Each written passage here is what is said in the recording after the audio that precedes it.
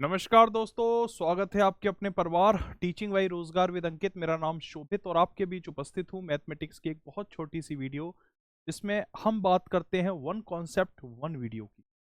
तो आज का जो हमारा टॉपिक है वो ये है कि लासापा लीस्ट कॉमन मल्टीपल पर किस तरह के क्वेश्चन लैंग्वेज बेस्ड बन सकते हैं। और आप देखते हैं कि एलसीएम और एचसीएफ के नॉर्मली जो क्वेश्चन हैं वो डेटा के साथ डील करते हैं, लेकिन कुछ क्वेश्चन भाषा पर भी आधारित होते हैं। तो वो किस तरह के क्वेश्चन बन सकते हैं उनको हम जानेंगे।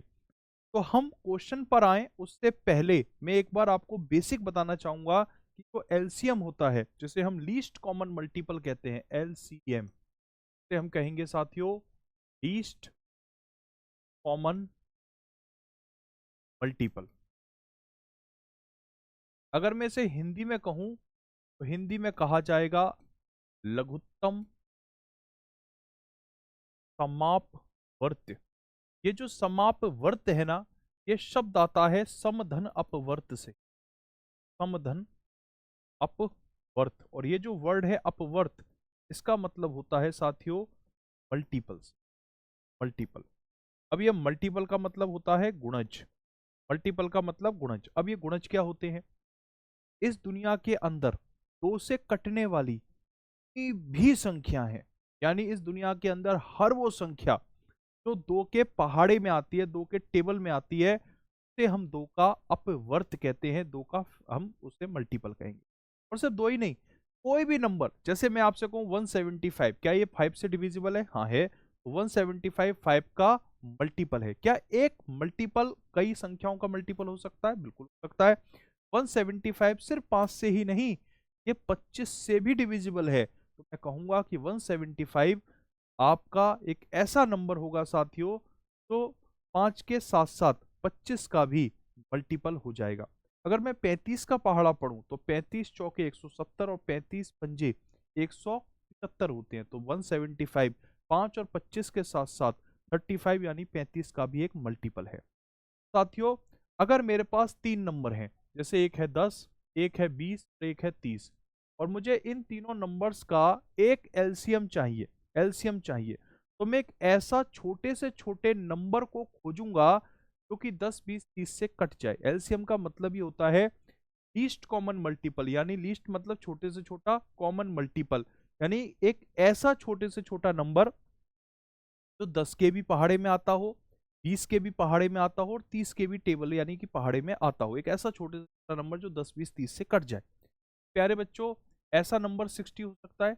60 एक ऐसा नंबर है जो 10 से 6 बार, 20 से 3 बार और 30 से 60 बार डिविजिबल है। तो मैं कहूंगा कि 60 एक लीस्ट कॉमन मल्टीपल है। किसका? 10 20 और 30 का। साथियों, इसी पैटर्न पर एक क्वेश्चन बनता है, लैंग्वेज बेस्ड क्वेश्चन है, और एक काफी बार इस तरह के क्वेश्चन हमें पेपर में देखने को मिलते हैं। क्वेश्चन क्या कह रहा है? क्वेश्चन को देखते हैं। क्वेश्चन नंबर फर्स्ट क्वेश्चन है कि दो अलार्म घड़ियों में 90 सेकंड और 44 सेकंड के नियमित अंतराल में अलार्म अलार्म बजते हैं। यदि वे पहली बार सुबह 6 बजे बजते हैं तो वे अगली बार एक साथ कब बजेंगे? ये क्वेश्चन सिर्फ और सिर्फ अलार्म को लेकर नहीं, बाकी घंटियों की आवाज भी हो सकता है, ट्रैफिक लाइट्स को लेकर भी हो सकता है, या एक साथ मैदान में जब दो या दो से अधिक लोग दौड़ते हैं को लेकर भी ये क्वेश्चन बनता है। पैटर्न क्वेश्चन के भाषा अलग अलग हो सकती है, लॉजिक सेम है। ठीक है। तो साथियों, हमें 90 और 44 से डिविजिबल एक ऐसा छोटे से छोटा नंबर चाहिए, एक ऐसा छोटे से छोटा नंबर जो 90 और 44 दोनों से कट जाए। तो हम क्या करेंगे? 90 और 44 का एलसीएम। ठीक है। 90 और 44 का एलसीएम। एलसीएम लेने के लिए आप दो से काट सकते हो, 90 को 45 टाइम्स, 2 20 टाइम्स। आप दो से 45 को तो डिविजिबल नहीं है, 45 दो से 22 कटेगा 11 बार। अगर मैं 3 से 45 को काटूं 15 बार, 3 से 11 कटेगा नहीं। अब 3 से 15 काटो 5 बार, 11 कटेगा नहीं। साथियों, 5 से काट दो 5 को एक बार, 11 कटेगा नहीं। 11 से भी काट दो, जब तक लास्ट में 1 1 ना आ जाए आप लगातार डिवाइड करते रहते हो। अब जिन जिन नंबर से डिवाइड किया उन सबका मल्टीप्लाई, 2 2 4 तिया 12 तिया 36, 180, हाँ 11।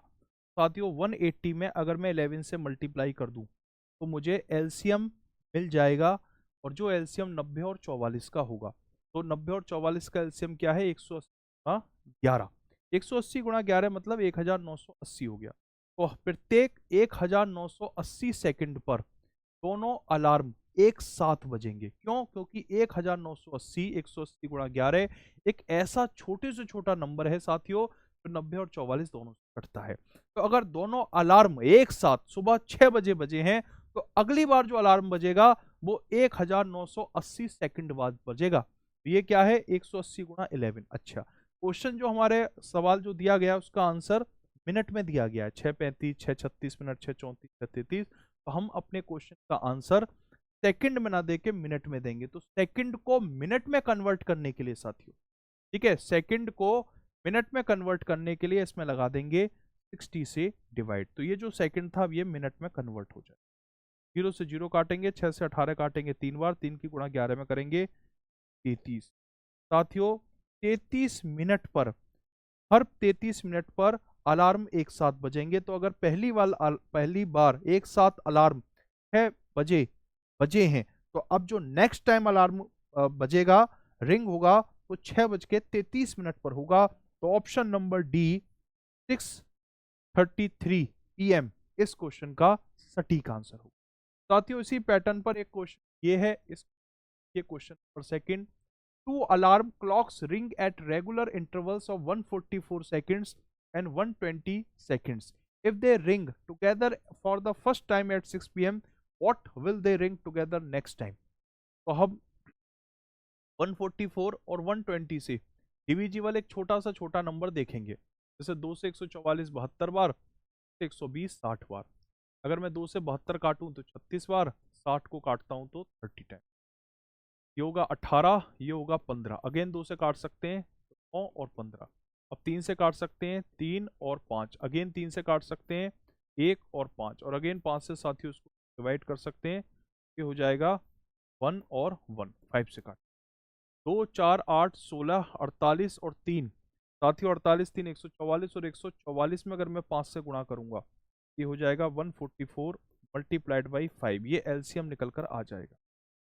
ठीक है, ये एलसीएम निकल कर आ जाएगा 144 डिवाइड बाई 5। ये सेकंड्स में आया है पर आंसर तो हमें मिनट में देना है। तो एक काम करते हैं, हम इसको मिनट की फॉर्म में लाते हैं। 2 4, ठीक है, जैसे 5 दिया 15 और 15 30 30 90, ठीक है, या 5 दिया 15 15 5 दिया 15 दूनी 30। तो इसे ले लो 30 मल्टीप्लाइड बाई, ठीक है,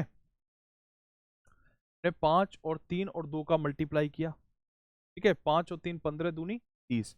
अब ये 3 बचा, 3 दूनी 6, 6 दूनी 12 दूनी 24। तो ये टोटल तो 720 आया पर हमने लिखा 30 मल्टीप्लाइड बाई 24 सेकंड, इतने सेकंड लिखा। अब इसे मिनट में कन्वर्ट करने के लिए 60 से डिवाइड कर दें।